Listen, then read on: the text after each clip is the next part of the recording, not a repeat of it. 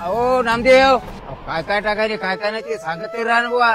दोस्ताना आपला सगळा हळद टोंगळा इतकालीच आहे. तुमची हळद इतकी वाढली, भोई सोडून झाली की टोंगळा इतकालीच आहे की. अहो दाजी पटापट असा घाम गाळला, 12 ट्याल्या मळी टाकली, 2दा रासायनिक खत टाकलं, 2दा फवारणी केली, हे तिसऱ्यांदा पाठीवर पंप चालूच आहे. अहो आपलं कसं आहे दत्तराव, मतलबी काम नाही तुम्हाला. थांबा थोडं फवारणी बंद करून सांगतो. 1261 खत टाकलं, हे पानाची जाडी बघा कसे बसले, फुटवे कसे बसले. 7-8 फुटवे आता किंवा. अहो आपल्या शेतकऱ्याला सहाय्य नाही करायचं तर कोणाला करायचं. हो बरोबर. शेतकऱ्याच्या पाठीमागे येईल ना. हो तुमचा 1 नंबर प्लॉट बसला. अहो मग अशी मेहनत घेतली ना, झाडाची निगराणी केली ना. अहो दाजी, पेनगंगा कृषी केंद्र जुन्या बस स्टँडला कळमनुरी, त्यांच्या सहाय्याने मी हे करतो हळदीचं.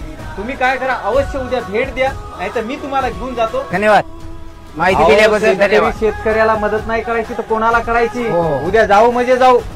घरचं काम सोडून मी येतो तुमच्या संग. काय हरकत नाही. धन्यवाद. आणि मग परत मला रिझल्ट सांगा हळदीचा. हो हो.